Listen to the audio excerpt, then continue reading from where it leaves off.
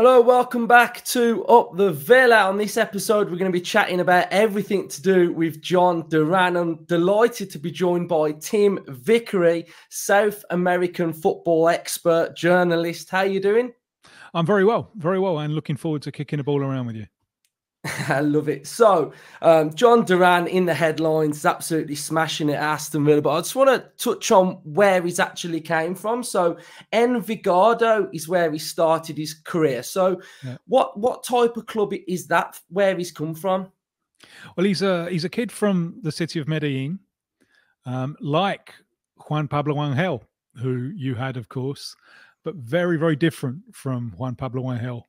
Angel, upper middle class kid, spoke good English. Duran he's a kid. He's a kid from the barrios. So a very, very different social background from Angel. Envigado is a club, a relatively modern club. It was founded in the late 80s from Greater Medellin, from the south of the city, that has absolutely specialized in youth development.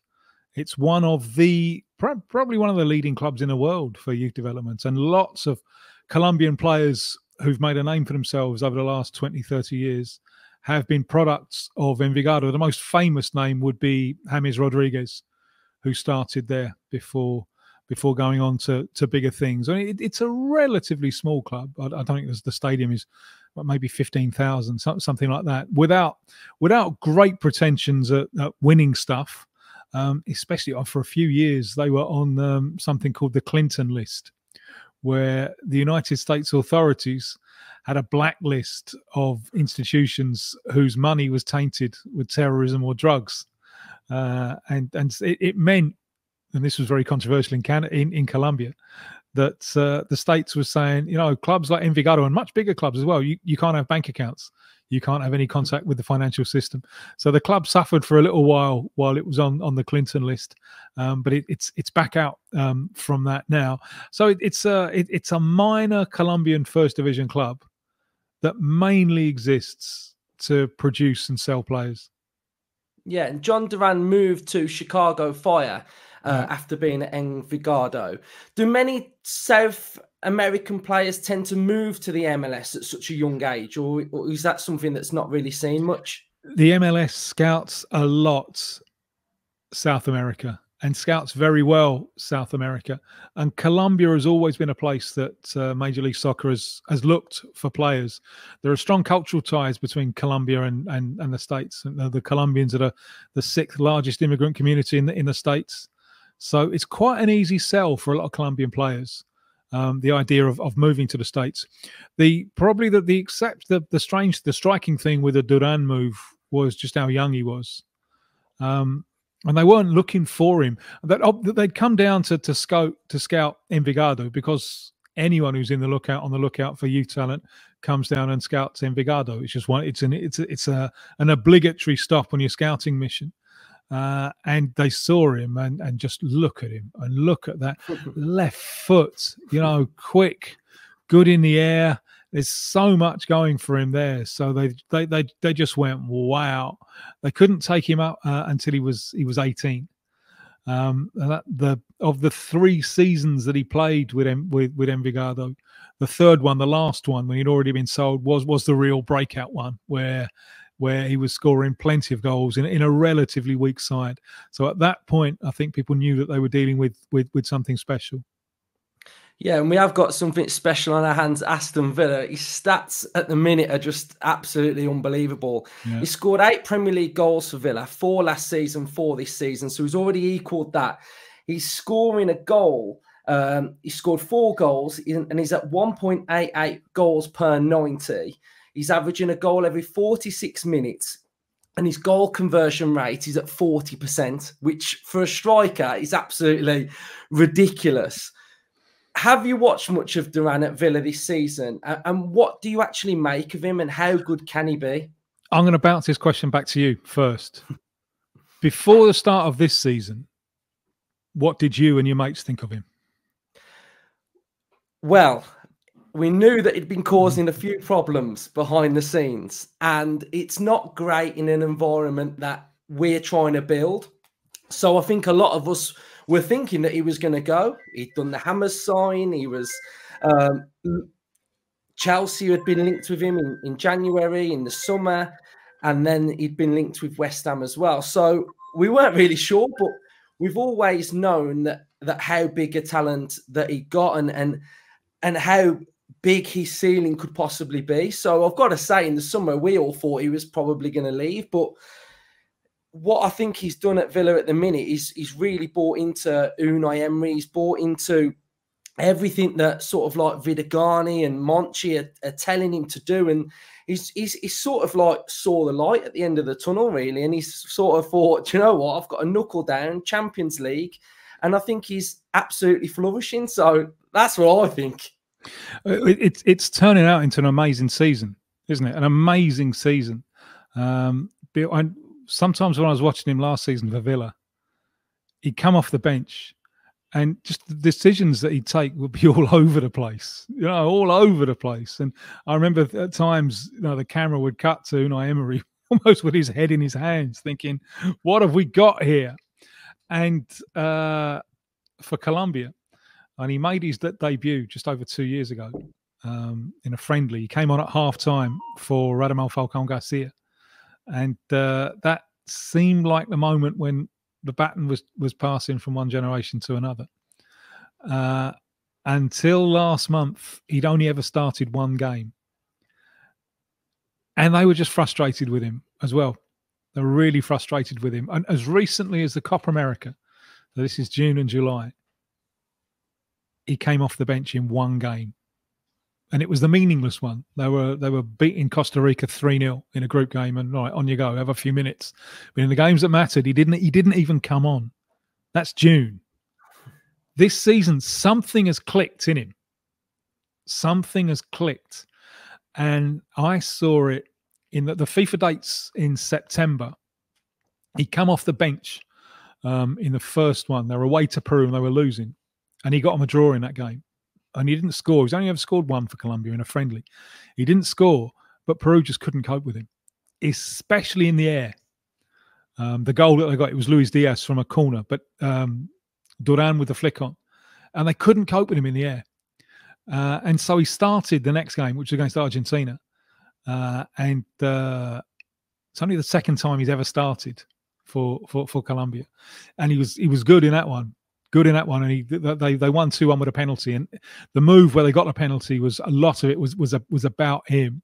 It's quite hard for him with Colombia because the team is set up for James, and that means that they throw the strikers wide.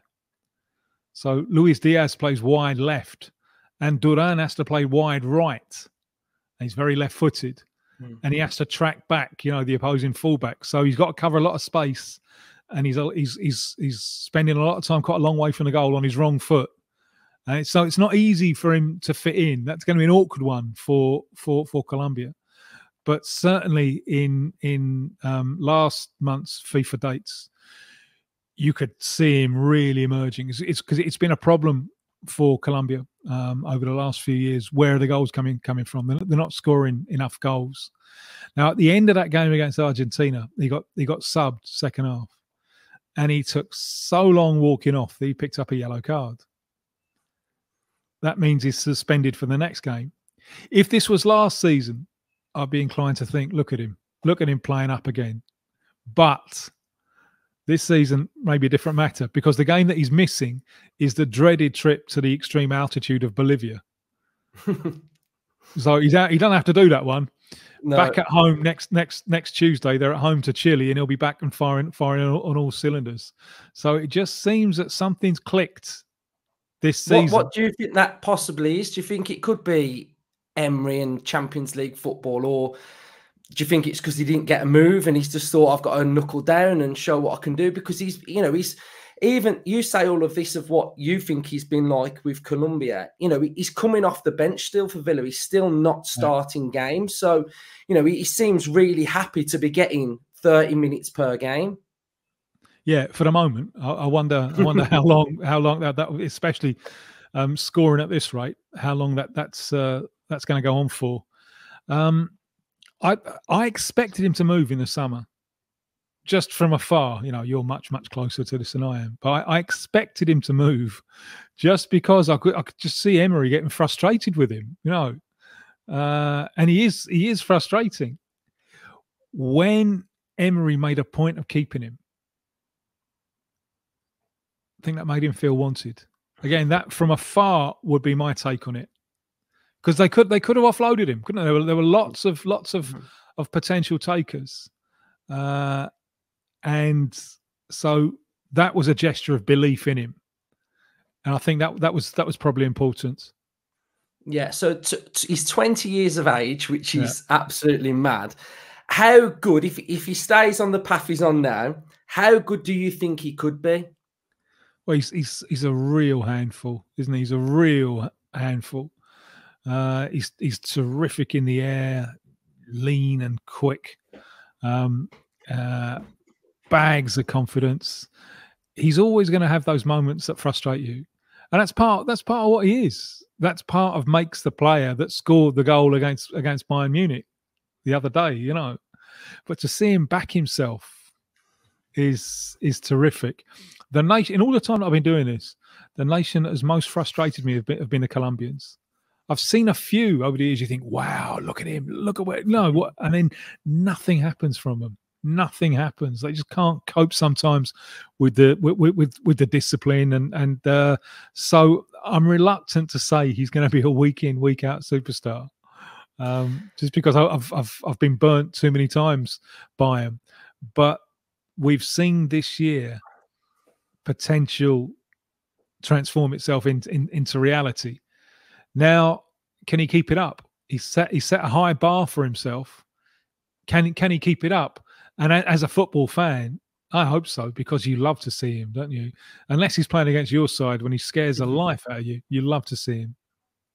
Yeah, well, it's nearly a week ago since we beat Bayern Munich at Villa Park, and it's probably the greatest thing I've ever seen at Villa Park. Duran lobbing Neuer, and just what a finish that was. Did you catch any of that game? I did. Yeah, I saw it live, and I thought, wow. And it's such an important game for you, and an important game for me as well, because obviously it brings back memories of the European Cup final in '82. You're probably too young, you know, but I remember it very, very well.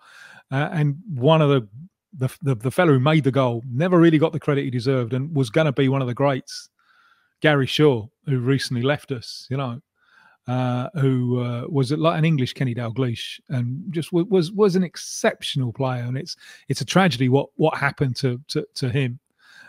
So it was nice to see in a zone of the field not dissimilar from the one where Gary Shaw receives the ball, turns in field, slips Morley, and Morley, you know, in a kind of vaguely similar zone of the field, it's Duran getting the ball and doing something amazing with it. So I just found that quite emotional and really, really appropriate. Those opponents, that zone of the pitch, and a great striker doing something fantastic. And hopefully Duran will have better luck in his career than Gary Shaw did. Yeah, it was an emotional night, but an unbelievable night at the same time as well. And so for Colombia then, have they got any sort of strikers sort of competing with Duran? You mentioned that Falcao, Rodriguez, you know, those have been the two big ones of recent years. Has he got much competition with that forward line? Not really. I mean, the two big stars are Luis Diaz and James Rodriguez. And as I said, that doesn't make it easy for the striker. The main man recently, and since the Copa America, has been John Cordoba, who, again, physically imposing, very much a late developer. And I saw him as a kid and thought, wow. And it's taken him until he's 30 and he plays in Russia now, and he's really flowering, but he's not in the same class. Santos Borré, who had some time in Germany, is now back in South America. Is a willing runner, but not in the same class. Miguel Borja plays River Plate in Argentina. Blows hot and cold as a goal scorer, but doesn't give you much else apart from pushing the ball in the back of the net. Not in the same class. So Duran is, and he's been the coming man for a while. the great hope for a while, and it appears that the great hope has finally arrived. Although climbing a mountain is one thing, and staying there is another. Yeah. So another legend at Villa is Emi Martinez. I want to get your thoughts on how big is Martinez in Argentina, because we rightly so think he's the world's number one. He won the Yashin Trophy, World Cup winner, keeps clean sheets. He's fantastic for Villa. But how highly regarded is Martinez in Argentina? Amazingly, there are statues of him in Argentina, and he is. And English football deserves a lot of credit for him, because he came very, very young. I was very surprised that Arsenal bought him. At the time, I'd just seen him in the Under-17 World Cup, and he was carrying too much weight and he couldn't jump, and it was costing him a goal a game. So there was a lot of work that had to be done on him, a lot of work. And he stayed at the Arsenal almost long enough to qualify for a pension without ever playing. But they loaned him out here and they loaned him out there, and he learnt his craft, and he worked and he worked and he worked. And when his opportunity came at Arsenal, he showed that he was worthy of it.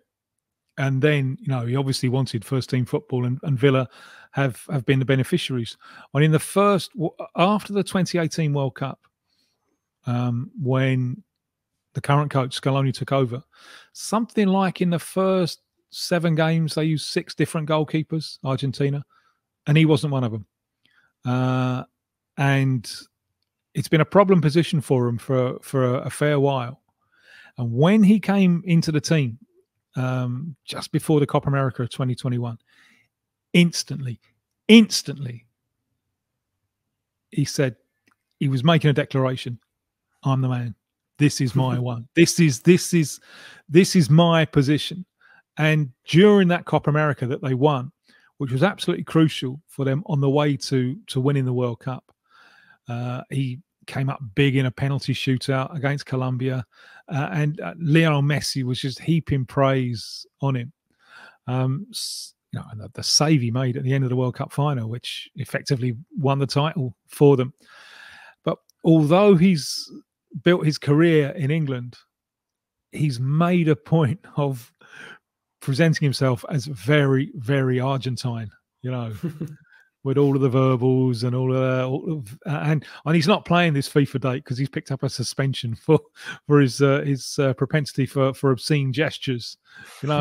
Big character, and I think he's got the Argentine flag tattooed in his hair or something.